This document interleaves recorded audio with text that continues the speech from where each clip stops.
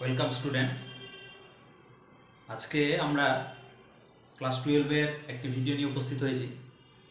তো আমাদের class 12-এ optics পোর্শনটা চলছিল। আমরা অপটিক্সের জিওমেট্রিক্যাল অপটিক্স সেটা আমরা শেষ করে এসেছি। আজকে আমরা আর একটা নতুন অপটিক্সে প্রবেশ করব, যেখানে মাত্র দুটো চ্যাপ্টার রয়েছে। তাহলে আমাদের টোটাল ক্লাস 12-এর অপটিক্স শেষ হয়ে যাবে। তো ছাত্রছাত্রীরা আমরা প্রথম দিনই শুরু করেছিলাম যে অপটিক্স মানে আলোক বিজ্ঞান, যেখানে আলোক সংক্রান্ত বিষয়গুলো নিয়ে আলোচনা করা হবে। পদার্থবিজ্ঞানের যে শাখা সেটাকে আমরা অপটিক্স বলি। এই অপটিক্সের দুটো ভাগ। প্রথম দিনে আমি বলেছিলাম যে একটা আমরা যেটা শেষ করে এলাম সেটা হলো জিওমেট্রিক্যাল অপটিক্স, বা যাকে বলে রে অপটিক্স, জ্যামিতিক আলোক বিজ্ঞান যেটা। আর আরেকটা যেটা ভাগ সেটা হলো ফিজিক্যাল অপটিক্স, বা যাকে বলে ওয়েভ অপটিক্স, অর্থাৎ ভৌত আলোক বিজ্ঞান বা তরঙ্গ আলোক বিজ্ঞান। আমাদের অলরেডি জিওমেট্রিক্যাল অপটিক্স আমরা শেষ করে এসেছি। তার মানে বুঝতে পারছো জিওমেট্রিক্যাল অপটিক্স বা রে অপটিক্স মানে কি, যেগুলো আমরা ওই যে প্রতিফলন, প্রতিসরণ, লেন্স, আলোকীয় যন্ত্র যা পড়ে এলাম সবই হলো আমাদের জিওমেট্রিক্যাল অপটিক্স। মানে সেখানে আমরা জিওমেট্রি দিয়ে এঁকে, সেখানে রশ্মি চিত্র দিয়ে এঁকে সেগুলোকে ব্যাখ্যা করেছি। তো আসলে জিওমেট্রিক্যাল অপটিক্স বলতে আমরা কি বুঝি, কাকে বলে? বলছে যে আলোক বিজ্ঞানের যে শাখায় আমরা দেখব যে ব্যবহৃত যন্ত্রপাতির মধ্যে যেমন কোনো একটা লেন্স হতে পারে, কোনো একটা প্রতিফলক তল হতে পারে, কোনো একটা প্রতিবন্ধক হতে পারে, কোনো একটা হয়তো দেখা যাচ্ছে যে ছিদ্র হতে পারে, সেইগুলোর আকার বা ডাইমেনশনগুলো, সেই ছিদ্র বা লেন্সের বা কোনো প্রতিফলক তলের আকার বা ডাইমেনশনটা যদি দেখা যায় যে এদের আকার বা ডাইমেনশন যদি দেখা যায় যে আলোর তরঙ্গ দৈর্ঘ্যের তুলনায় অনেক অনেক গুণে বড়, তাহলে আমরা সেই শাখাটাকে বলি জিওমেট্রিক্যাল অপটিক্স। আমাদের যেটা বাস্তব আলোক বিজ্ঞান, যেটা আমরা প্রকৃতিতে দেখতে পাই, সেটা আসলে জিওমেট্রিক্যাল অপটিক্স। মানে দেখা যাচ্ছে যে কোন একটা লেন্সের মধ্যে দিয়ে যখন আলো যাচ্ছে, তাহলে লেন্সের যে ডায়ামিটার বা লেন্সের যে অ্যাপারচার সেটা অনেকটাই বড়। তার তুলনায় আলোর তরঙ্গ দৈর্ঘ্য, আমাদের যে দৃশ্যমান আলো তার তরঙ্গ দৈর্ঘ্য আমরা কত জানি? দৃশ্যমান আলোর তরঙ্গ দৈর্ঘ্য দেখা যাচ্ছে যে 4000 অ্যাংস্ট্রম থেকে 8000 অ্যাংস্ট্রম। 4000 অ্যাংস্ট্রম থেকে 8000 অ্যাংস্ট্রম, যেটা সেন্টিমিটার এককে প্রকাশ করলে 4 ইন্টু 10⁻⁻5 সেন্টিমিটার থেকে 8 ইন্টু 10⁻, দেখা যাচ্ছে -5 সেন্টিমিটার, রাইট? তাহলে এই যে 4 ইন্টু 10⁻5 সেন্টিমিটার থেকে 8 ইন্টু 10⁻5 সেন্টিমিটার, এটা অনেক ছোট আলোর তরঙ্গ দৈর্ঘ্য। যদি দেখা যায় পরীক্ষায় ব্যবহৃত বা আলোক বিজ্ঞানে ব্যবহৃত যন্ত্রপাতি বা কোনো ছিদ্র বা কোনো প্রতিবন্ধকের আকারের তুলনায় আলোর তরঙ্গ দৈর্ঘ্য যদি অনেক ছোট হয়, তাহলে আমরা সেই আলোক বিজ্ঞানের শাখাটাকে বলবো জিওমেট্রিক্যাল অপটিক্স, যেটা আমরা অলরেডি শেষ করে এসেছি। তাহলে এই যন্ত্রপাতিগুলোর আকার বা ডাইমেনশনের তুলনায় আলোর তরঙ্গ দৈর্ঘ্যকে আমরা প্রায় শূন্য ধরতে পারি। মানে আলোর তরঙ্গ দৈর্ঘ্য কত? শূন্য ধরা হচ্ছে। তাহলে সেটা ছিল আমাদের জিওমেট্রিক্যাল অপটিক্স, যেটা অলরেডি আমরা শেষ করে এসেছি। আমরা আজকে যে জায়গায় প্রবেশ করব সেটা হলো ফিজিক্যাল অপটিক্স বা ভৌত আলোক বিজ্ঞান, যে ক্ষেত্রে আমরা দেখব যে এই পরীক্ষায় ব্যবহৃত যে সমস্ত যন্ত্রপাতিগুলো ব্যবহার করব, যেমন কোনো একটা স্লিট হতে পারে, কোনো একটা দেখা যাচ্ছে যে গ্রেটিং হতে পারে, এদের এই যে ছিদ্রগুলোর আকার বা ডাইমেনশন দেখা যাবে যে এদের আকার বা ডাইমেনশনটা প্রায় আলোর তরঙ্গ দৈর্ঘ্যের কাছাকাছি। আলোর তরঙ্গ দৈর্ঘ্যের কাছাকাছি, মানে ভাবতে পারছো যে কত ছোট এগুলো। তার মানে এটা কিন্তু বাস্তবে আমরা সাধারণত আমরা প্রকৃতিতে যে অপটিক্সটা দেখি সবটাই কিন্তু জিওমেট্রিক্যাল অপটিক্স, মানে এটা ম্যাক্রোস্কোপিক জগতের অপটিক্স। কিন্তু যেটা মাইক্রোস্কোপিক সূক্ষ্ম জগতের অপটিক্স সেটাই হলো আমাদের ফিজিক্যাল অপটিক্স, যে ক্ষেত্রে কোনো ছিদ্র বা কোনো প্রতিবন্ধকের আকার বা ডাইমেনশনটা প্রায় আলোর তরঙ্গ দৈর্ঘ্যের কাছাকাছি ধরা হচ্ছে। তার মানে সেই ছিদ্রগুলো অতি সূক্ষ্ম, অতি ক্ষুদ্র, যেটা খালি চোখে বোঝা যায় না। তাহলে আমাদের আলোচ্য বিষয় সেই অপটিক্স, অর্থাৎ যেটা হলো ফিজিক্যাল অপটিক্স। তাহলে ফিজিক্যাল অপটিক্স বা যার আর একটা নাম ওয়েভ অপটিক্সও বলে, তাহলে কাকে বলবো আমরা? বলছে আলোক বিজ্ঞানের যে শাখায় ব্যবহৃত যন্ত্রপাতি বা কোনো ছিদ্র বা প্রতিবন্ধকের আকার বা ডাইমেনশনটা আলোর তরঙ্গ দৈর্ঘ্যের কাছাকাছি, অর্থাৎ তার সাপেক্ষে আলোর তরঙ্গ দৈর্ঘ্যকে আর শূন্য ধরা যাচ্ছে না, আমরা আলোক বিজ্ঞানের সেই শাখাটাকে বলবো ফিজিক্যাল অপটিক্স বা ভৌত আলোক বিজ্ঞান, যার আরেকটা নাম, আধুনিক নাম ওয়েভ অপটিক্স, রাইট? তাহলে আমাদের এই জিওমেট্রিক্যাল অপটিক্স বা রে অপটিক্স অলরেডি শেষ হয়ে গেছে। আমাদের আলোচনা হবে এবার এই ফিজিক্যাল অপটিক্স বা যার আধুনিক নাম ওয়েভ অপটিক্স, মানে আমরা এই জায়গাটায় প্রবেশ করব। ঠিক আছে, তাহলে এই ফিজিক্যাল অপটিক্স বা ওয়েভ অপটিক্স, তাহলে বিষয়টা পরিষ্কার হয়েছে। আমি আবার বলি যে আমাদের আলোক বিজ্ঞানের যে শাখায় ব্যবহৃত যন্ত্রপাতির আকার বা ডাইমেনশন বা কোনো ছিদ্রের আকার বা ডাইমেনশনটা তার সাপেক্ষে যদি আলোর তরঙ্গদৈর্ঘ্যকে আর শূন্য ধরা না যায়, মানে তাদের আকার বা ডাইমেনশনটা যদি আলোর তরঙ্গদৈর্ঘ্যের কাছাকাছি ধরা হয়, তাহলে আমরা সেই শাখাটাকে, অপটিক্সের সেই শাখাটাকে বলবো ফিজিক্যাল অপটিক্স বা ওয়েভ অপটিক্স। তাহলে আমাদের সূচনা হচ্ছে সেই ফিজিক্যাল অপটিক্স বা ওয়েভ অপটিক্সে। প্রথমেই আমাদের এই ফিজিক্যাল অপটিক্স বা ওয়েভ অপটিক্সে প্রথমেই যেটা শিখতে হবে, বিজ্ঞানী আমরা জানি যে হাইগেন্স সর্বপ্রথম আলোর তরঙ্গ তত্ত্ব উপস্থাপন করেছিলেন। তো আলো আসলে সত্যি খুবই ক্ষুদ্র তরঙ্গদৈর্ঘ্য সম্পন্ন একটা তড়িৎচুম্বকীয় তরঙ্গ, তো এটা নিশ্চিত। তো সেক্ষেত্রে আমাদের যেটা প্রথমেই শিখতে হবে, সেই তরঙ্গের ওয়েভ ফ্রন্ট বা যাকে বাংলায় বলা হচ্ছে তরঙ্গমুখ, আমাদের শিখতে হবে সে ওয়েভ ফ্রন্ট বা তরঙ্গমুখ বলতে আমরা কি বুঝি। ওয়েভ ফ্রন্ট বা তরঙ্গের আবার মুখ, আমরা জীবনানন্দ দাশের কাছে বাংলার মুখ শিখেছি, এখানে আমাদের শিখতে হবে এবার তরঙ্গমুখ, ওয়েভ ফ্রন্ট, তাই তো? তাহলে এই ওয়েভ ফ্রন্ট বা তরঙ্গমুখ ক্লাস 11-এ আমি কিছুটা ওয়েভ চ্যাপ্টারে বলেছিলাম, সেখানে নিশ্চয়ই মনে আসছে তরঙ্গ নিয়ে যেখানে আলোচনা ছিল আমাদের শব্দতে, তাহলে সেক্ষেত্রে আমরা ওয়েভ ফ্রন্ট নিয়ে কিছুটা বলেছিলাম। তো এই ওয়েভ ফ্রন্ট বুঝতে গেলে আমাদের প্রথমে একটু জানতে হবে যে আমরা যখন কোনো জলের মধ্যে, স্থির জলে, দেখা যাচ্ছে কোনো পুকুরের স্থির জল রয়েছে, সেখানে যখনই আমরা কোনো একটা জায়গায় ঢিল ফেলি বা একটা দেখা যাচ্ছে যে ছোট পাথর ফেললাম, তাহলে সেখানে একটা কি তৈরি হবে, সেখানে একটা ডিস্টারবেন্স তৈরি হবে। সাপোজ দেখা যাচ্ছে আমাদের এই ও বিন্দুতে আমরা একটা ঢিল বা পাথর ফেলেছি, একটা ডিস্টারবেন্সের আন্দোলন তৈরি হয়েছে। ছাত্রছাত্রীরা তোমরা কি দেখো, তোমরা দেখো যে সেই বিন্দু থেকে চতুর্দিকে ওয়েবগুলো ঢেউগুলো চতুর্দিকে ছড়িয়ে যাচ্ছে, আস্তে আস্তে আস্তে আস্তে দেখা যাচ্ছে ঢেউগুলো যেতে যেতে যেতে যেতে দূরে গিয়ে আস্তে আস্তে বিলীন হয়ে যাচ্ছে, তাই তো? তাহলে আমাদের যে পয়েন্টে ডিস্টার্বটা করা হলো, অর্থাৎ পয়েন্ট অফ ডিস্টারবেন্স, অর্থাৎ যে বিন্দুতে পাথরটা ফেলা হলো, সেখান থেকে দেখা যাচ্ছে যে কিছু আমাদের ওয়েভ এরকম তৈরি হচ্ছে। ওয়েভটা শুধু একদিকে যাচ্ছে তা নয়, এই ওয়েভগুলো কিন্তু চতুর্দিকে দেখো ছড়িয়ে পড়ছে। আমরা পরিষ্কার একটু যদি ভাবি সেই জলাশয়ের ছবিটা, তাহলে যেখান থেকে দেখবে ড্রপটা বাসে, যেখান থেকে আমরা পাথরটা ফেলছি, সেখান থেকে দেখবে ওই ওয়েভগুলো তৈরি হচ্ছে, চতুর্দিকে ছড়িয়ে পড়ছে। এবং এই ওয়েভগুলো যখন ছড়িয়ে পড়ে তখন দেখবে যে সেগুলো যেন একটা ছোট বৃত্ত, বড় বৃত্ত, আস্তে আস্তে আরো বড় বৃত্ত, আস্তে আস্তে আরো বড় বৃত্তের আকারে দেখা যাবে চতুর্দিকে ছড়িয়ে গিয়ে একটা সময় গিয়ে বিলীন হয়ে গেল। তাহলে ওই যে বৃত্তের মতো যেগুলো দেখছিলে, ওগুলো আসলে ওইগুলোই হলো আমাদের এই ওয়েভ ফ্রন্ট বা যাকে বলি আমরা তরঙ্গমুখ। তাহলে আমাদের শিখতে হবে ওয়েভ ফ্রন্ট বা তরঙ্গমুখের ডেফিনেশনটা কি। বলছে যখনই কোনো ওয়েভ বা তরঙ্গ কোনো বিন্দু উৎস থেকে বা কোনো উৎস থেকে নির্গত হয়ে কোনো স্বচ্ছ সমসত্ব মাধ্যমের মধ্যে দিয়ে অতিবাহিত হয়, তখন দেখা যায় যে মাধ্যমের বিন্দুগুলো বা কণাগুলো কম্পিত হয়, তাই তো? তাহলে এক্ষেত্রে বলছে যে মাধ্যমের মধ্যে থাকা সমদশা সম্পন্ন বিন্দু বা কণাগুলো যে তল বা যে রেখার উপরে অবস্থান করে, আমরা সেই তল বা সেই রেখাগুলোকেই বলবো তরঙ্গমুখ। তাহলে একটু পরিষ্কার করা যাক। সাপোজ দেখা যাচ্ছে যে এই তরঙ্গটা যখন যাচ্ছে, দেখো এই ডান দিকে তরঙ্গটা, এটা একটা তরঙ্গ পাদ, এই বিন্দুটা, এই তরঙ্গের ক্ষেত্রে দেখো এইভাবে তরঙ্গ শীর্ষ দিয়ে তরঙ্গ পাদ, এটার ক্ষেত্রে দেখো তরঙ্গ শীর্ষ, এটা তরঙ্গ পাদ, এটার ক্ষেত্রে দেখো তরঙ্গ শীর্ষ, তরঙ্গ পাদ। তাহলে প্রত্যেকটা তরঙ্গের যদি আমরা তরঙ্গ পাদগুলোকে নিই, দিয়ে যদি যুক্ত করি, দেখো এই যে ডটেড লাইনে দেখানো রয়েছে একটা ছোট বৃত্ত, তার মানে এটা একটা তরঙ্গমুখ। তুমি ঠিক পরে দেখো ওই তরঙ্গের একটা তরঙ্গ শীর্ষের বিন্দু নাও, তাহলে এটার দশাটা কি, তরঙ্গ শীর্ষ। তাহলে অন্য তরঙ্গের ক্ষেত্রেও আমাদের একটা তরঙ্গ শীর্ষের বিন্দু নিতে হবে, ঠিক ওই অবস্থানের তরঙ্গ শীর্ষটা। অন্য তরঙ্গের ক্ষেত্রে দেখো একটা তরঙ্গ শীর্ষ নিয়েছি, আর একটা তরঙ্গের তরঙ্গ শীর্ষ, তাহলে সেইগুলোকে যদি একটা বৃত্ত করো, দেখো কন্টিনিউয়াস লাইনে আর একটা একটু বড় বৃত্ত। পরেরটার ক্ষেত্রে দেখো আবার তরঙ্গপাত, ঠিক আমাদের অনুরূপ একটা অন্য তরঙ্গের তরঙ্গপাত, পাশের তরঙ্গের তরঙ্গপাত, সেই তরঙ্গপাতগুলোকে যোগ করে দেখো আবার একটা ডটেড লাইনের বৃত্ত, আবার একটা দেখো তরঙ্গ শীর্ষগুলোকে বড় বৃত্ত।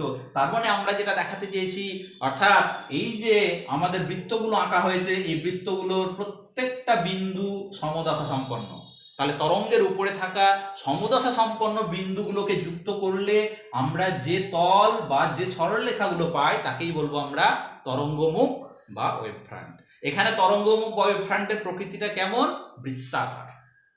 বৃত্তাকার। আমাদের ওয়েভ ফ্রন্টের প্রকৃতি বিভিন্ন রকমের হতে পারে, আমরা একটু পরেই যাচ্ছি।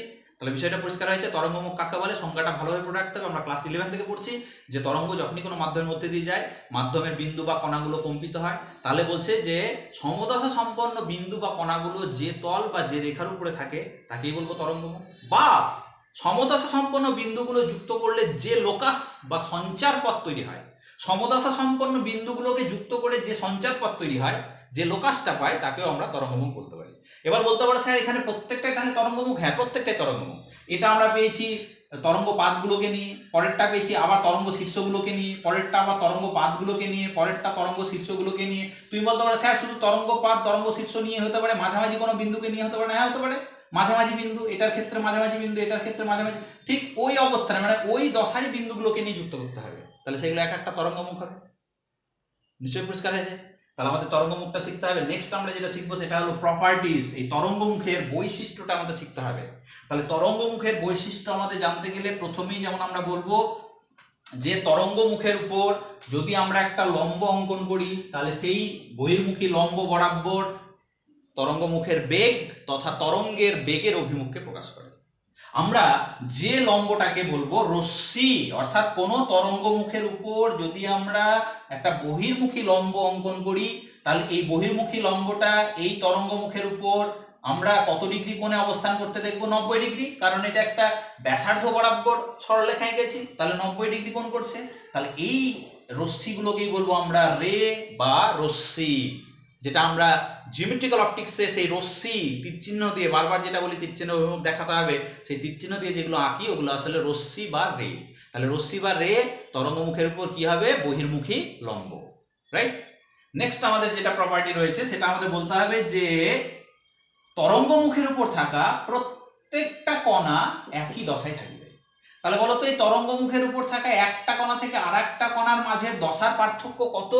দশার পার্থক্য হবে 0। তুমি যদি বলো এই কণাটা থেকে এই কণাটার মধ্যে দশার পার্থক্য কত, কারণ এরা একই দশায় আছে, তাহলে এটারও দশা যায় এটারও দশাটা, তাহলে এদের দশার পার্থক্য কত হবে? 0 হবে। তুমি যদি এখানে ডটেড লাইনের কোন একটা বিন্দু নাও, তাহলে এই কণা থেকে এই কণার দশার পার্থক্য কত, কারণ এরা তো সবই একই দশায় থাকা বিন্দুগুলোকে যুক্ত করেই তো তুমি এঁকেছো। তাহলে ওই তলের উপরে থাকা প্রত্যেকটা বিন্দু তো একই দশায়, কারণ তরঙ্গমুখের সংজ্ঞা তো তাই বলছে। তাহলে একটা বিন্দু থেকে আর একটা বিন্দু, একই তরঙ্গমুখের উপর একটা বিন্দু থেকে আর একটা বিন্দুর মধ্যে দশার পার্থক্য হবে 0, রাইট। 3 নম্বর বৈশিষ্ট্য কি বলতে পারো? বলছে যেমন দেখো এইটা, এই যে প্রথম কন্টিনিউয়াস লাইনে যেটা এঁকেছি এটা তরঙ্গ শীর্ষগুলোকে নিয়ে এঁকেছি, তাই তো? এটা একটা তরঙ্গমুখ। তারপরে ডটেড লাইনেরটা দেখো, এটা তরঙ্গ পাতগুলোকে নিয়ে এঁকেছি আমি। তারপরে দেখো আবার তরঙ্গ শীর্ষ মানে এইটা। তাহলে এই যে আমাদের এই প্রথম কন্টিনিউয়াস 1 নম্বর বৃত্ত থেকে দ্বিতীয় যে কন্টিনিউয়াস 2 নম্বর বৃত্ত, তাহলে এটাও দেখো তরঙ্গ শীর্ষগুলোকে নিয়ে আঁকা, এটাও তরঙ্গ শীর্ষগুলোকে নিয়ে আঁকা। তাহলে বলছে যে একটা তরঙ্গমুখ থেকে ঠিক সমদশা সম্পন্ন কণাগুলোকে যুক্ত করে যে তরঙ্গমুখটা পায়, মানে 1 থেকে 2, এদের মধ্যে যে দূরত্ব, এই দূরত্বটাই হবে আসলে তরঙ্গ দৈর্ঘ্য বা ল্যামডা। নিশ্চয়ই পরিষ্কার হয়েছে। কারণ এটাও দেখো একটা তরঙ্গ শীর্ষ, এটাও তরঙ্গ শীর্ষ, তো একটা তরঙ্গ শীর্ষ থেকে আরেকটা তরঙ্গ শীর্ষের দূরত্বই তো তরঙ্গ দৈর্ঘ্য। তাহলে ছাত্রছাত্রীরা আমাদের মনে রাখতে হবে যে তরঙ্গমুখ যখন অঙ্কন করছো, তাহলে কোনো একটা নির্দিষ্ট দশা সম্পন্ন তরঙ্গমুখ থেকে ঠিক তার পরবর্তী সমদশা সম্পন্ন যে তরঙ্গমুখ, সমদশা সম্পন্ন, মাঝে কিন্তু দেখো আমি একটা ডটেড লাইনকে ছেড়ে দিয়েছি, ডটেডটা কিন্তু বিপরীত দশা, তাহলে সেটার দূরত্ব হতে λ/2, কিন্তু একটা তরঙ্গমুখ থেকে ঠিক তার পরবর্তী সমদশা সম্পন্ন তরঙ্গমুখের মাঝের দূরত্বটাই হবে তরঙ্গ দৈর্ঘ্য ল্যামডা। বোঝা গেছে? আর আমরা বলবো আরো প্রপার্টি বলতে পারি। 4 নম্বর প্রপার্টি যেমন বলছে যে তরঙ্গমুখগুলো আসলে যে বেগে মাধ্যমের মধ্যে দিয়ে অতিবাহিত হচ্ছে, আসলে সেটাই হবে তরঙ্গের বেগ, মানে তরঙ্গ মুখের যা বেগ সেটাই হলো তরঙ্গের বেগ। প্রপার্টিগুলো মনে রাখতে হবে, শর্ট প্রশ্নে বা এমসিকিউ দেয় তখন কিন্তু আমাদের মনে রাখতে হবে। বিশেষ করে যেমন একই তরঙ্গমুখের উপরে থাকা পরপর দুটো কণার মধ্যে দূরত্ব, বা একই তরঙ্গমুখের উপর থাকা বিভিন্ন কণাগুলোর মধ্যে দশার পার্থক্য কত, যে কোনো কণার মধ্যে দশার পার্থক্য কত শিখালাম? 0, ঠিক আছে। এবং একটা নির্দিষ্ট দশা সম্পন্ন তরঙ্গমুখ থেকে ঠিক তার পরবর্তী সমদশা সম্পন্ন তরঙ্গমুখের মাঝের দূরত্ব হবে ল্যামডা, ঠিক আছে। তাহলে এই হলো আমাদের ওয়েভ ফ্রন্ট। এবার ওয়েভ ফ্রন্ট কত প্রকারের হয় এটা যেমন একটা শিখলে, যে সার্কুলার ওয়েভ ফ্রন্ট। আমরা ওয়েভ ফ্রন্ট আরও বিভিন্ন টাইপের পেতে পারি, তার মধ্যে 3টে টাইপ নিয়ে আমাদের আলোচনা আছে। যেমন দেখা যাচ্ছে যে কোনো একটা পয়েন্ট সোর্স, একটা হয়তো বাল্ব জ্বলছে, তাহলে সেখান থেকে আলোক রশ্মি এদিকেও যাবে এদিকেও যাবে এদিকেও যাবে, মানে চতুর্দিকে ছড়িয়ে পড়ছে। তাহলে কোনো একটা নির্দিষ্ট সময়ে রশ্মিগুলো যে তলে গিয়ে পৌঁছাচ্ছে সেগুলো এক একটা কি হবে দেখতে, সেগুলো এক একটা গোলকের মতো দেখতে হবে। তার মানে কোনো বিন্দু উৎস থেকে যে তরঙ্গমুখগুলো নির্গত হয় সেগুলো হলো এক একটা গোলক বা গোলীয় তরঙ্গমুখ। তাহলে আমাদের তরঙ্গমুখের যে বিভিন্ন ভাগ তার মধ্যে আমাদের পড়তে হবে যেমন spherical wave front. Spherical wave front, তাহলে স্ফেরিক্যাল ওয়েভ ফ্রন্ট কোথা থেকে পাই? স্ফেরিক্যাল আমরা ওয়েভ ফ্রন্ট আমরা কোথা থেকে পাই? কোন একটা পয়েন্ট সোর্স, কোন একটা বিন্দু উৎস থেকে যে তরঙ্গমুখগুলো নির্গত হচ্ছে সেগুলো সব গোলীয়। ছাত্রছাত্রীরা আমরা বোর্ডে যখন আঁকবো সেগুলো কিন্তু বৃত্তাকার দেখছি, কিন্তু আসলে এগুলো গোলীয়। তুমি বুঝতে পারছো ব্যাপারটা, যে একটা পয়েন্ট সোর্স থেকে যে তরঙ্গমুখগুলো বেরোবে চারিদিকে বেরোচ্ছে, তার মানে সেগুলো একটা গোলক, প্রথমে ছোট গোলক, তারপরে বড় গোলক, তারপরে আরো বড় গোলক, এইভাবে বেরিয়ে যাচ্ছে। দ্বিতীয় যে তরঙ্গমুখটা, সাপোজ ধরো আমাদের পয়েন্ট সোর্সটা হলো একটা এরকম লাইন সোর্স, টিউব লাইট ধরো, তাহলে সেখান থেকে যে তরঙ্গমুখগুলো বেরোবে সেগুলো সব চোঙীয়, চোঙাকৃতি, স্ফেরিক্যাল এরকম। তারপরে তরঙ্গমুখটা দেখা যাচ্ছে একটু বড় চোঙ, তার মানে এইগুলো হবে সব স্ফেরিক্যাল ওয়েভ ফ্রন্ট। এটা হলো স্ফেরিক্যাল ওয়েভ ফ্রন্ট। তাহলে স্ফেরিক্যাল ওয়েভ ফ্রন্টের সোর্স কেমন হতে হবে? Line source. যেমন একটা টিউব লাইট যখন জ্বলছে তখন এই সাইডে দেখবে আলো বেরোচ্ছে না, এই সাইডে আলো বেরোচ্ছে না, এই সামনের দিকে বেরোচ্ছে, তার মানে এগুলো সব এক একটা চোঙ, বড় আরো চোঙ, আরো বড় চোঙ, তার মানে চোঙাকৃতি তরঙ্গমুখ। আর আরেকটা বিষয় যেটা আমরা যেটাকে ধরে নিই, দেখা যাচ্ছে আমাদের সূর্য একটা গোলক, তাহলে সেখান থেকে যে তরঙ্গমুখগুলো বেরোচ্ছে সেগুলো আসলে কেমন? স্ফেরিক্যাল ওয়েভ ফ্রন্ট, গোলীয় তরঙ্গমুখ। কিন্তু আমরা সেই সূর্য থেকে যে তরঙ্গগুলোকে বেরোতে দেখছি সেগুলো প্রকৃতপক্ষে গোলীয়, কিন্তু সেই গোলীয় তরঙ্গমুখ যখন আসছে অনেক দূর পথ অতিক্রম করে যখন আমাদের পৃথিবীতে এসে পৌঁছাচ্ছে তখন আমরা গোলকের একটা অংশ দেখতে পাচ্ছি। তাহলে এই অংশটা আসলে কেমন দেখতে লাগছে? এগুলো সমতল, এগুলোকে বলবো তখন আমরা প্লেন ওয়েভ ফ্রন্ট। তার মানে প্রকৃতপক্ষে সূর্যের যে তরঙ্গমুখ, সূর্য থেকে নির্গত আলোর তরঙ্গমুখ আসলে গোলীয়, কিন্তু অনেক দূর থেকে যখন আমাদের আলোক রশ্মি এসে পৌঁছাচ্ছে, অনেক দূরে যখন যাচ্ছে, তখন সেই গোলকে আমরা একটা সামান্য অংশ দেখছি। তাহলে এইটুকু তুমি যদি দেখতে পাও, তোমার সাপেক্ষে এই গোলকের অংশটুকু একটা সমতল বলে মনে হবে। তার মানে আমরা এই সূর্য থেকে আগত তরঙ্গমুখগুলোকে এইরকম সমতল তরঙ্গমুখ দেখব। ওই কারণে আমরা যখনই রশ্মি আঁকতাম তখন রশ্মিগুলো দেখবে, রশ্মির উপর তরঙ্গমুখ সবসময় 90 ডিগ্রি কোণ করে। তার মানে আমাদের এই সমতল তরঙ্গমুখ, তার সঙ্গে আমরা লম্বভাবে বহির্মুখী লম্ব টানলে সেগুলোকে আমরা রশ্মি আঁকতে পারি, রাইট? তাহলে আমাদের মনে রাখতে হবে সূর্যের থেকে নির্গত তরঙ্গমুখ প্রকৃতপক্ষে কিন্তু গোলীয়, কিন্তু আমরা যখন অনেক দূর থেকে সেই গোলকের অংশ দেখবো তখন সেটা কিন্তু আমরা সমতল তরঙ্গমুখ হিসেবে কল্পনা করবো। তার মানে সেগুলোকে আমরা সমতল তরঙ্গমুখ বলবো, প্লেন ওয়েভ ফ্রন্ট। তাহলে এই হলো আমাদের ওয়েভ ফ্রন্ট এবং ওয়েভ ফ্রন্টের বিভিন্ন ভাগগুলো। নেক্সট আমরা যে ইম্পর্টেন্ট জায়গাটায় ঢুকবো, 1678 খ্রিস্টাব্দে বিজ্ঞানী হাইগেন্স, নেদারল্যান্ডসের একজন বিজ্ঞানী, ডাচ বিজ্ঞানী হাইগেন্স, উনি এই আলোর কোন একটা বিন্দু উৎস থেকে কিভাবে আলো প্রপাগেট করছে সেটা ব্যাখ্যা করার জন্য উনি একটা থিওরি দিয়েছিলেন, উনি একটা প্রিন্সিপল দিয়েছিলেন, যেটাকে আমরা তার নাম থেকে যে প্রিন্সিপলটাকে বলি আমরা হাইগেন্স প্রিন্সিপল। তাহলে আমাদের শিখতে হবে এবার সেই হাইগেন্সের নীতি বা যাকে বলা হয় হাইগেন্স প্রিন্সিপল, সেই হাইগেন্স প্রিন্সিপলটা কি, এবং সেই হাইগেন্স প্রিন্সিপল থেকে আমাদের যেটা শিখতে হবে সেটা হলো আমাদের প্রতিফলন এবং প্রতিসরণের সূত্রের প্রমাণ। তাহলে আমরা ঢুকে যাবো এবার হাইগেন্স প্রিন্সিপল। তাহলে এই হাইগেন্স প্রিন্সিপল বিজ্ঞানী হাইগেন্সের দেওয়া 1678 খ্রিস্টাব্দে। উনি বললেন হ্যাঁ, আলো এক প্রকার তরঙ্গের মতোই প্রপাগেট করে, এবং সেক্ষেত্রে এই যে আলোর প্রতিফলন, প্রতিসরণ, ব্যতিচার, অপবর্তন, সমবর্তন ইত্যাদি ঘটনাগুলো দেখা যাচ্ছে যে এই হাইগেন্সের প্রপার্টি বা হাইগেন্সের প্রিন্সিপল থেকে সুন্দরভাবে কিন্তু ব্যাখ্যা করা যাচ্ছে। সুতরাং মানুষজন এই প্রিন্সিপলটাকে গ্রহণ করেছিলেন, এবং দেখা যাচ্ছে যে কোনো একটা ওয়েভ ফ্রন্ট থেকে ঠিক পরবর্তী ওয়েভ ফ্রন্টটা কেমন দেখতে হবে সেটা কিন্তু হাইগেন্সের এই নীতি শেখার পর আমরা কিন্তু জ্যামিতিকভাবে, এই যে হাইগেন্সের এটা একটা জ্যামিতিক পদ্ধতি ছিল, তাহলে সেই জ্যামিতিক পদ্ধতির দ্বারা, হাইগেন্সের এই জ্যামিতিক পদ্ধতির দ্বারা কিন্তু আমরা সুন্দরভাবে একটা ওয়েভ ফ্রন্ট থেকে পরের ওয়েভ ফ্রন্ট কেমন হবে সেটা কিন্তু আমরা সহজেই বের করতে পারছি। বিজ্ঞানী হাইগেন্স যেটা বললেন তার নীতিতে যেটা বললেন আসলে প্রিন্সিপলস বলা হচ্ছে, মানে অনেকগুলো নীতি রয়েছে। তো সে বিষয়টা একটু ভালোভাবে বুঝে নিলে হবে, যে সংজ্ঞার মতো তোমাকে একবার পাই টু পাই লিখতে হবে তা নয়, বিষয়টা একটু ভালোভাবে বুঝে নাও। বলছে যে হাইগেন্স তার নীতিতে বলছে যে কোনো একটা পয়েন্ট সোর্স থেকে, কোনো একটা বিন্দু উৎস থেকে আলোক তরঙ্গ চতুর্দিকে ছড়িয়ে পড়ে, রাইট? তাহলে চারিদিকে ছড়িয়ে পড়ছে, চতুর্দিকে ছড়িয়ে পড়ছে, এবং বলছে যে কোনো বিন্দু উৎস থেকে কোনো স্বচ্ছ সমসত্ব মাধ্যমের মধ্যে দিয়ে আলোক তরঙ্গ চতুর্দিকে সমবেগে যায়, একই বেগে যায়, অর্থাৎ এইদিকে যারা যে বেগে যাচ্ছে এই দিককার আলোক তরঙ্গগুলো একই বেগে যাচ্ছে। আমরা যদি এইদিকে সি বেগে ধরি, এদিকেও তাহলে সি বেগে যাচ্ছে, চারিদিকে একই বেগে ছড়িয়ে পড়ে। এবং কোনো একটা মুহূর্তে গিয়ে তারা কোথায় পৌঁছাচ্ছে, দেখো তারা কিন্তু একটা গোলকের উপরিতলে গিয়ে পৌঁছায়। প্রত্যেকে কিন্তু গোলকের উপরিতলে গিয়ে পৌঁছাচ্ছে, রাইট? এটা একটা গোলকের উপরিতল। আমরা যদি ধরে নিই এটাকে, হয়তো প্রথমটাকে নাম দিলাম আমরা এ বি, আমরা এটাকে নাম দিলাম হয়তো এ অন বি অন, আমরা তার পিছনের দিকের নামটাকে নাম দিলাম এ টু বি টু, রাইট?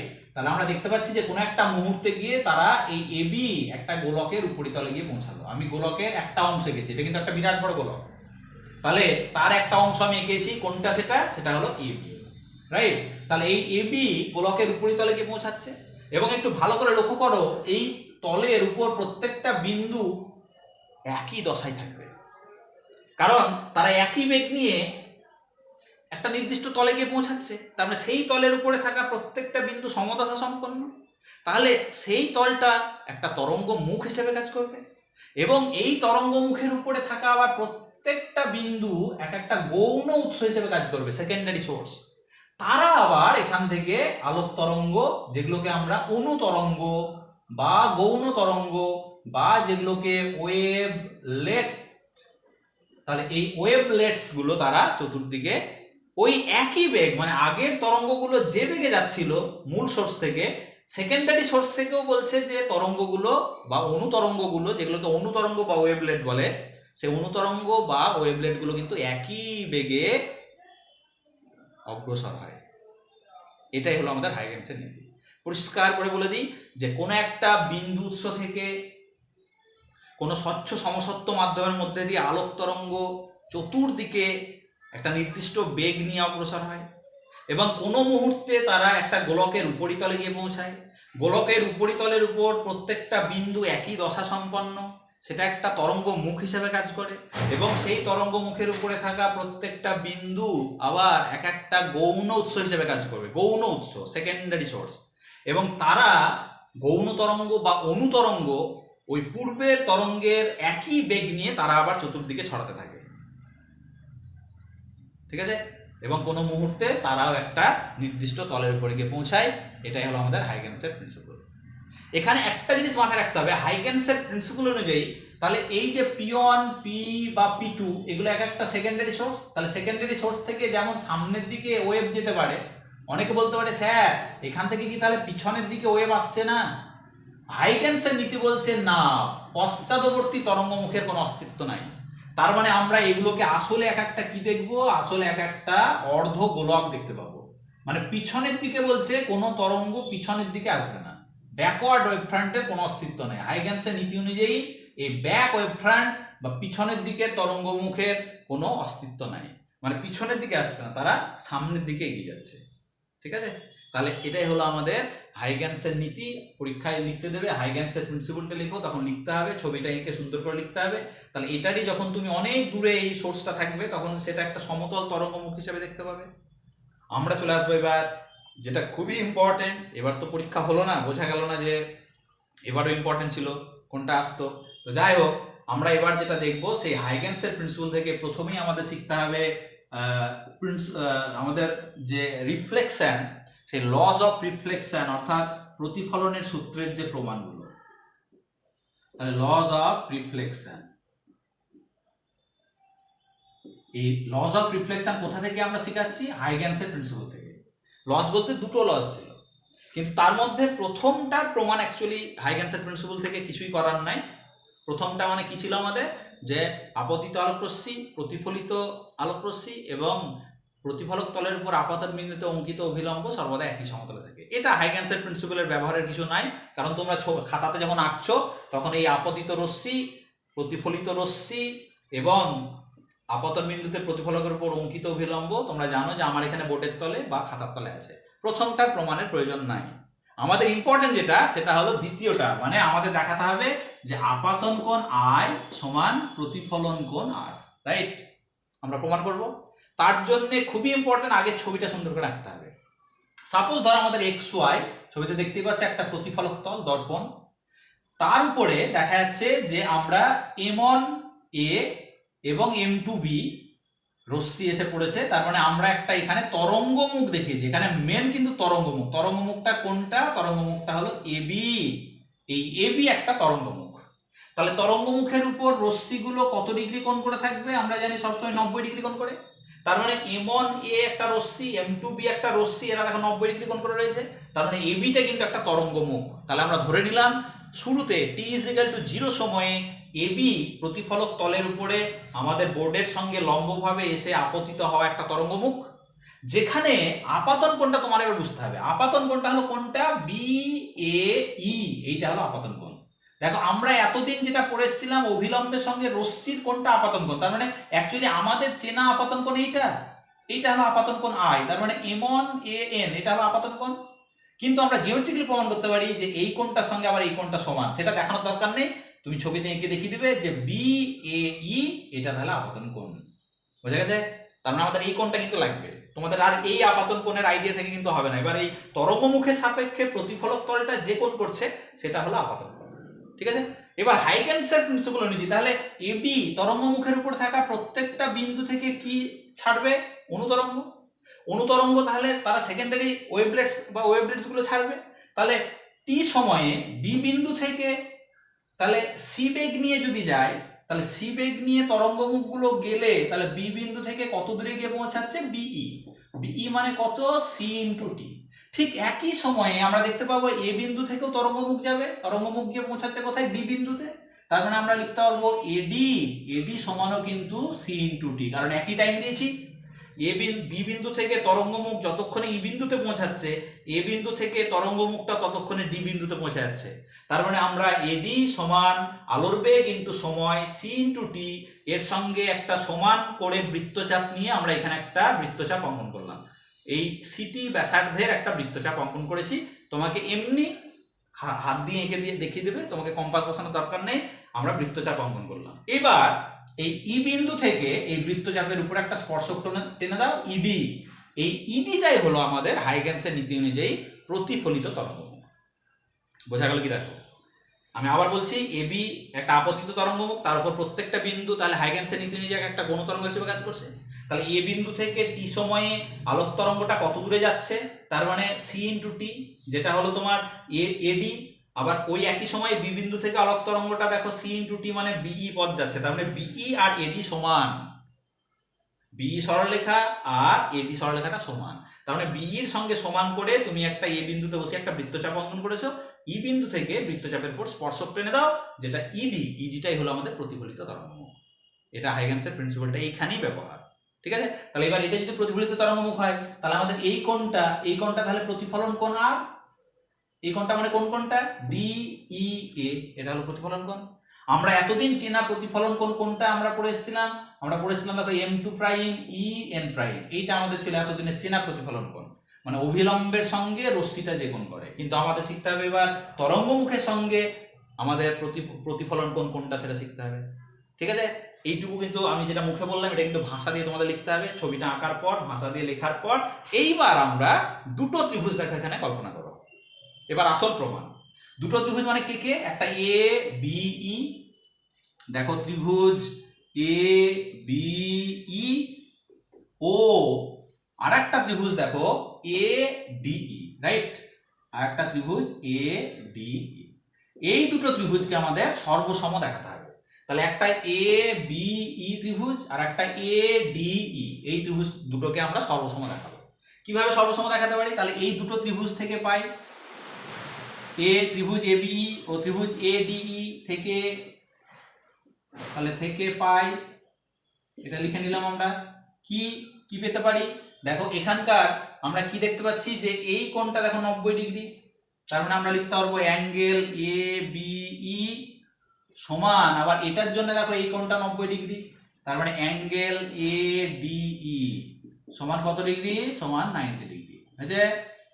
আবার দেখো আমরা হাইগেনসের নীতি অনুযায়ী কি দেখালাম? এ বিই আর এডি সমান, তাহলে আমরা জানি যে বিই সমান দেখো আবার এডি, রাইট? আবার দেখো এদের একটা কমন অ্যাঙ্গেল রয়েছে, কমন সাইড, এই যে এটা দেখো এইটা হলো সাধারণ বাহু। এইটা কি বাহু? ওদের সাধারণ বাহু। তাহলে যদি সাধারণ বাহু হয় তাহলে আমরা দেখো তিনটে শর্ত পেয়ে যাচ্ছি। তার মানে আমরা লিখতে পারবো যে অতএব ত্রিভুজ এ বি ই আর ত্রিভুজ এ ডি ই পরস্পরের কি? পরস্পর দেখো সর্বসম হয়ে গেল। তাহলে সর্বসম যদি হয়ে যায় তাহলে কি আমরা বলতে পারবো না যে এই কোণটা আর এই কোণটা এবার সমান হয়ে গেছে? তার মানে আমাদের প্রমাণ হয়ে গেল যে অতএব অ্যাঙ্গেল বি এ ই সমান অ্যাঙ্গেল ডি ই এ। তার মানে দেয়ারফর বিএই মানেই তো I is equal to R. Proved. আমাদের প্রমাণ হয়ে গেল ফ্রম হাইগেনস প্রিন্সিপল। ঠিক আছে? তাহলে লজ অফ রিফ্লেকশন আমরা প্রমাণ করলাম কোথা থেকে? হাইগেনসের নীতি থেকে। সুন্দর করে পড়ে রাখতে হবে। এবার আসার জন্য ইম্পর্টেন্ট ছিল, কিন্তু এখন পরীক্ষা হলো না, আদৌ কোশ্চেনে এসেছিল কি না এসেছিল জানা নেই, সুতরাং পড়ে রাখতেই হবে আমাদের। এটা হলো প্রতিফলন। লাস্ট আমরা শেষ করব প্রতিসরণ। আবার আমাদের ছবি আঁকতে হবে। তাহলে প্রতিফলনের মতোই নিশ্চয়ই এটা বোঝা গেছে। আমাদের প্রতিসরণ, সেখানেও আমরা দুটো ত্রিভুজ দেখানো রয়েছে, আগে ছবিটা সুন্দর করে বুঝে নিতে হবে। আবার আমরা দেখালাম এখানে এক্স ওয়াই দুই মাধ্যমের বিভেদ তল। এখানে প্রথম মাধ্যম, এটা 1 নম্বর মাধ্যম, যার প্রতিসরাঙ্ক মিউ1 এবং এই মাধ্যমে আলোর বেগটা c1। আর এটা 2 নম্বর মাধ্যম, যার প্রতিসরাঙ্ক মিউ2 এবং এই মাধ্যমে আলোর বেগটা হলো c2, রাইট? তাহলে আলোক রশ্মি দেখো 1 নম্বর মাধ্যম থেকে 2 নম্বর মাধ্যমে প্রবেশ করছে। আমরা ধরে নিলাম যে মিউ1 ইজ লেস দ্যান মিউ2, তার মানে লঘু থেকে ঘনতে যাচ্ছে, আমরা ধরে নিলাম এটা। তাহলে আমরা দেখো এখানে রশ্মি m1a m2d আমরা দেখিয়েছি, m2b দেখিয়েছি। তাহলে এখানে এই এবিটা হলো একটা আপতিত তরঙ্গমুখ। আমাদের মেন কিন্তু তরঙ্গমুখ, আর কিন্তু রশ্মি নিয়ে নয়, এবার তরঙ্গমুখ। তাহলে এখানে এবিটা হলো আমাদের আপতিত তরঙ্গমুখ। তাহলে এটা যদি আপতিত তরঙ্গমুখ হয় তাহলে আপতন কোণ কোনটা? বি এ ডি, এটা হলো আপতন কোণ আই, যেটা তোমরা এতদিন m1 a n এটাকে তোমরা এতদিন যেটা আপতন কোণ হিসেবে পড়ে এসেছিলে, সেটা এবার কিন্তু আমাদের তরঙ্গমুখের সাপেক্ষে পড়তে হবে। তার মানে বি এ ডি এটা হলো আমাদের আপতন কোণ, তাই না? তাহলে আপতিত তরঙ্গমুখের সাপেক্ষে এই যে কোণটা, এই কোণটা হলো আমাদের আপতন কোণ, রাইট? তাহলে এবার আমরা হাইগেনসের প্রিন্সিপল ব্যবহার করব। হাইগেনসের নীতি অনুযায়ী কি বলছে? হাইগেনসের নীতি বলছে যে এখানে এবির উপরে থাকা প্রত্যেকটা বিন্দুই এক একটা গৌণ উৎস হিসেবে কাজ করবে, কারণ এটা একটা তরঙ্গমুখ, তরঙ্গমুখের উপর থাকা প্রত্যেকটা বিন্দু গৌণ উৎস হিসেবে কাজ করে। তারা আবার কি তরঙ্গ ছাড়বে? অনুতরঙ্গ বা গৌণ তরঙ্গ। তাহলে বলছে যে বি বিন্দু থেকে, তাহলে এটা বি বিন্দু থেকে দেখো যে তরঙ্গগুলো যাচ্ছে সেটা কিন্তু 1 নম্বর মাধ্যমেই আছে, ভালো করে বুঝে নাও। বি বিন্দু থেকে যে তরঙ্গগুলো যাচ্ছে সেটা কিন্তু 1 নম্বর মাধ্যমে রয়েছে, কারণ এক্স ওয়াই ক্রস করলে তবেই দ্বিতীয় মাধ্যমে প্রবেশ করবে। কিন্তু এ বিন্দু থেকে যে তরঙ্গগুলো যাচ্ছে সেটা কিন্তু দেখো দ্বিতীয় মাধ্যমে প্রবেশ করে গেছে, ঠিক আছে? তাহলে আমরা এখানে যেটা করব সেটা হলো, আমাদের এখানে যেটা বুঝতে হবে সেটা হলো, দেখো বি বিন্দু থেকে যে অনুতরঙ্গগুলো যাচ্ছে সেটা কোন একটা নির্দিষ্ট সময় ডি বিন্দু থেকে পৌঁছালো, তাহলে বিডি সমান হবে c1 * t, রাইট? কারণ এটা প্রথম মাধ্যমে আলোর বেগ c1, কতটুকু টাইম দিয়েছি? t time. তাহলে বিডি সমান বি থেকে ডিতে যেতে, তার মানে c1 * t এই পথটা সে অতিক্রম করলো। ততক্ষণে এ বিন্দু থেকে যে অনুতরঙ্গ সেটা দেখো আমাদের কতটা পথ যাচ্ছে, আমরা ধরে নিচ্ছি এই পথ, এই সমান কত হবে? সেই মাধ্যমে আলোর বেগ কিন্তু ওই একই টাইম t, তার মানে c2t। তার মানে আমরা এই বৃত্তচাপ সমান করে একটা বৃত্তচাপ এখানে নিয়েছি, আমরা এখানে এই মানে c2t তার সমান করে এ বিন্দুতে বসিয়ে আমরা একটা বৃত্তচাপ অঙ্কন করেছি। তোমাদের কম্পাস বসিয়ে আঁকার দরকার নেই, এমনি হাতে এঁকে দেবে।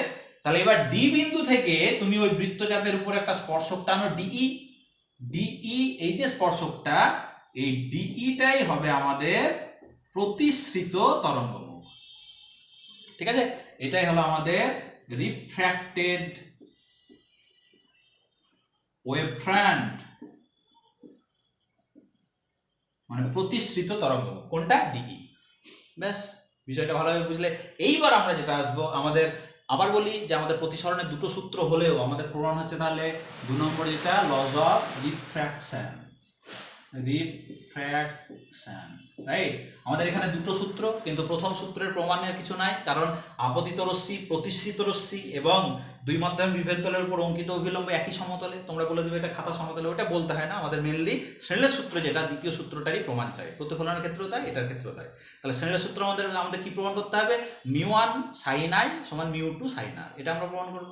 প্রথম মাধ্যমের প্রতিসরাঙ্ক ইনটু সেই মাধ্যমের আপাতন কোণের সাইন ইনটু দ্বিতীয় মাধ্যমের প্রতিসরাঙ্ক ইনটু ওই মাধ্যমের প্রতিসরণ কোণের সাইন। তাহলে এখানে বলো তো এই প্রতিসরণ কোণ কোনটা? প্রতিসরণ কোণ মানে দেখো হয়ে গেছে এ ডি ই, এই কোণটা হলো আমাদের প্রতিসরণ কোণ, অ্যাঙ্গেল অফ রিফ্র্যাকশন, রাইট। তাহলে এটা প্রতিফলন কোণ আর এটা হয়ে গেছে প্রতিসরণ কোণ। আমরা দুটো ত্রিভুজে আসছি, দেখো একটা প্রথম ত্রিভুজ এ বি ডি দেখতে পাচ্ছ সবাই। এই ত্রিভুজের জন্য দেখো সাইন, আমরা এই ত্রিভুজের জন্য sine of angle B A D নিচ্ছি, মানে এই কোণটা। তাহলে কত লেখা যাবে? সাইন মানে লম্ব বাই অতিভুজ, তাহলে এটা এই কোণের সাপেক্ষে লম্ব হলো বিডি, তাহলে এখানে হয়ে গেল দেখো বিডি বাই অতিভুজ কত? অতিভুজটা হলো এডি, রাইট। তো এটা মানেই তো আই, তাহলে আমরা সাইন আই লিখে দিলাম এখানে, সাইন আই সমান পেয়ে গেলাম বিডি বাই এডি।